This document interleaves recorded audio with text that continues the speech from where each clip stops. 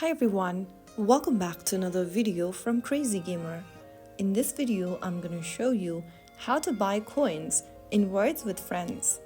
To buy coins in Words with Friends, first of all, open up the Words with Friends app on your device like you normally do. And from the main home screen, go ahead and tap on the Store button at the bottom right. Within the Store menu, scroll down and get to the Coins Packs.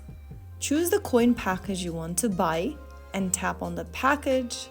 Then you'll need to select a payment method such as credit card, PayPal, or in-app purchase via your App Store or your Google Play Store.